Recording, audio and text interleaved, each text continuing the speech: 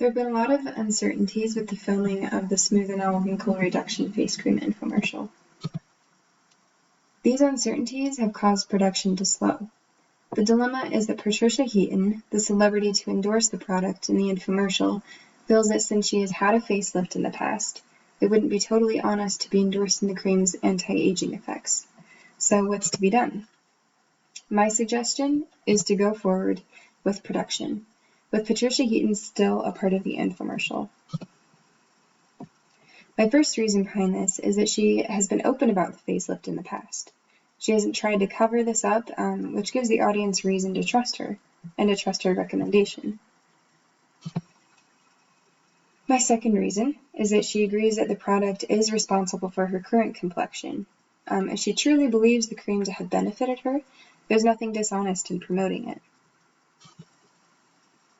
My third reason is that there will be other testimonials in the commercial.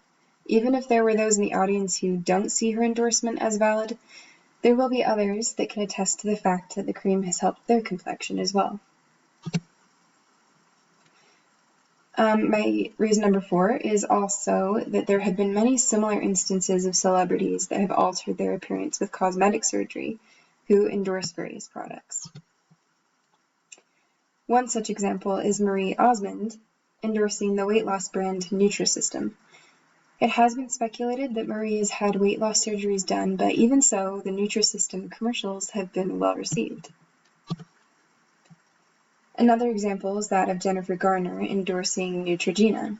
It has also been speculated that Jennifer has had facial plastic surgery, and yet the Neutrogena commercials are also well received. The bottom line here is that what is currently being done matters most. Patricia Heaton isn't currently using cosmetic surgeries to improve her appearance. What she is currently doing is using the Smooth and All anti-wrinkle cream, and she believes it to be helping her, and that's her honest opinion. So how do we move forward? If we film the infomercial with a focus on increased self-acceptance and honesty, I believe it will appeal to its audiences and benefit the company.